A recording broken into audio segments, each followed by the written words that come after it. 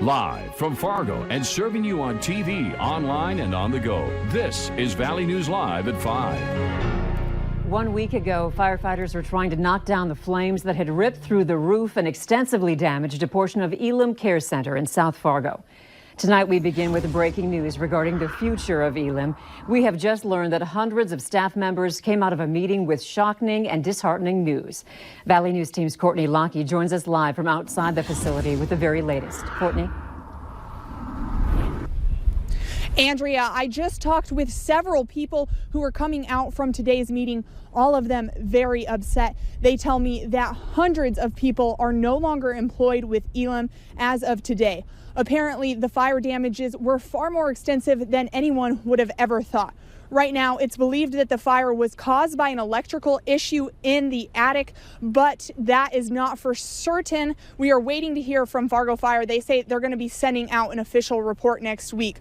Along those lines, they say that they might also have to demolish the building. Again, we're going to be waiting for that report next week. Either way, it's going to be between 1 to 2 years until this place is back up and running again. Now, we have reached out to Elam and we're waiting to hear back from them. So far, all the information we have is coming from people who attended today's meeting. Reporting live in South Fargo, Courtney Lockey, Valley News Live. All right, Courtney, thank you for that live report. More breaking news tonight. Today, the World Health Organization declared the coronavirus a global health emergency. This comes after the death toll in China has risen to 170, and there are more than 8,200 confirmed coronavirus cases across the world. Also today, the CDC reported the first U.S. case of person-to-person spread of the new virus from China. That person is married to a Chicago woman who got sick from the virus after she returned from a trip to Wuhan, China, the epicenter of the outbreak. India and the Philippines are reporting new cases, and South Korea confirmed a case that was spread locally.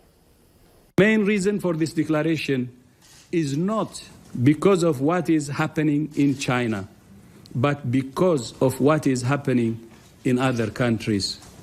Our greatest concern is the potential for the virus to spread to countries with weaker health systems.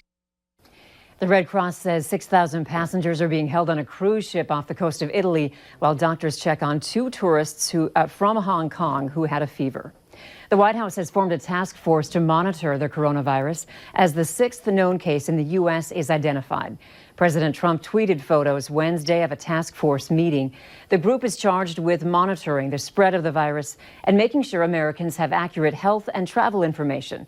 The coronavirus has sickened thousands and killed more than 170 people, as we mentioned, in China. It is a bit of a mess out there with a few different versions of winter weather hitting us.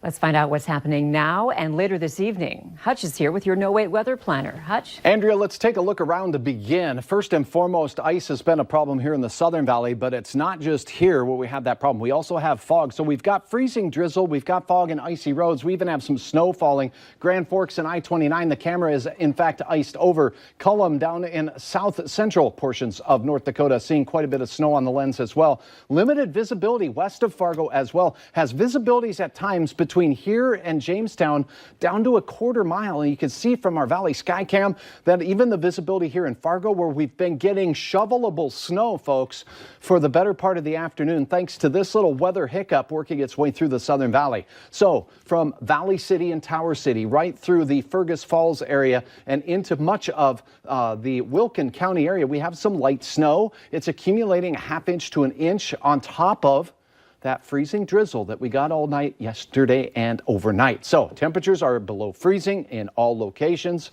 with the exception of Aberdeen. Your forecast shows nearly steady temperatures, wind from the south-southeast, and we will have continued showers of snow right through the late evening hours in Fargo. I'll have hour-by-hour details on some much warmer weather heading our way, and I'm really excited to share that news with you here in just a few moments. We're always excited to hear that. Thanks, Hutch. You bet.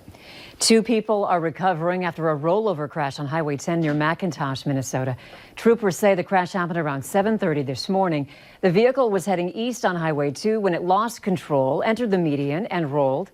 Officials say 23-year-old Abdullahi Ali was driving. He was not wearing a seatbelt and was taken to a hospital in Foston along with a passenger.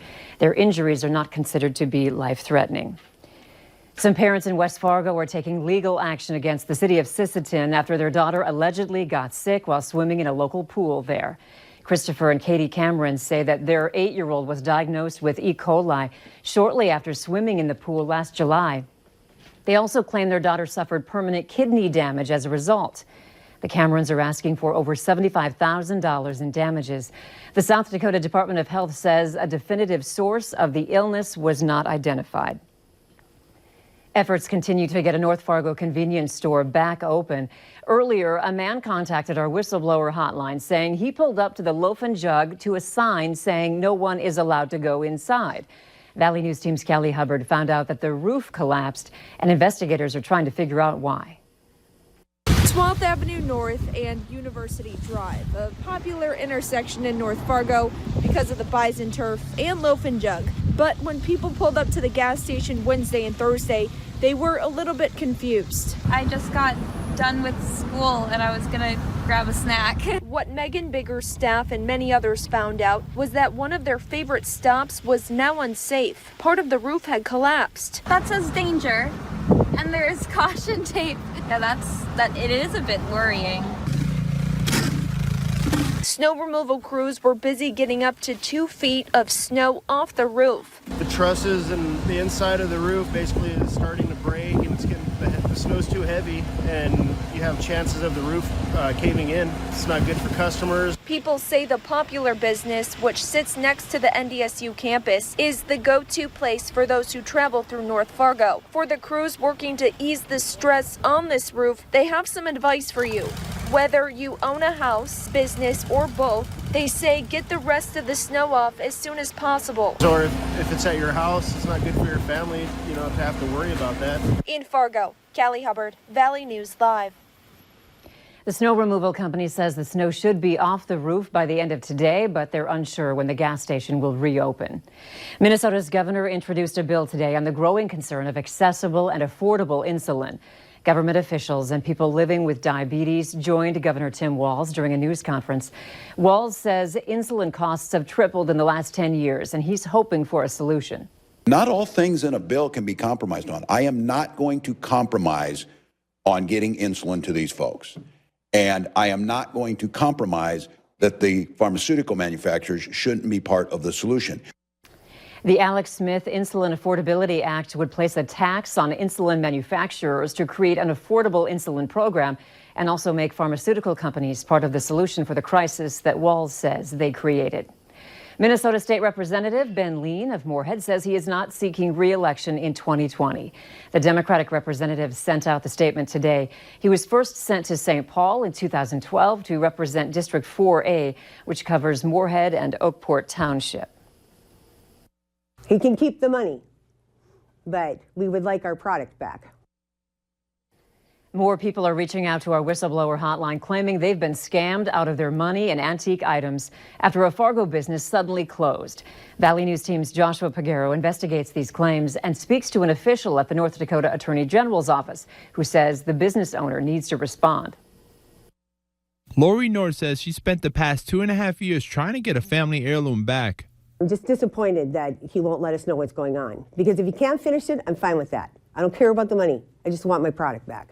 She wants Woodchuck Furniture Restoration to return a barber's chair dating to the 1910s that she says was passed down by a great uncle to her husband. He was supposed to re-chrome the chair, clean up the leather, and polish up the porcelain, and fix the hydraulic. And that was it. Similar to other people we've heard from in the last few days, Nord's antique items are stuck inside Woodchuck. Documents show she paid a $1,000 deposit in 2017 with the expectation she'd have her chair done in a year. I don't care if it's done. I don't care if it's in pieces. We will find somebody else to put it back together. We just would like it back. Phyllis McGelkey is in the same situation.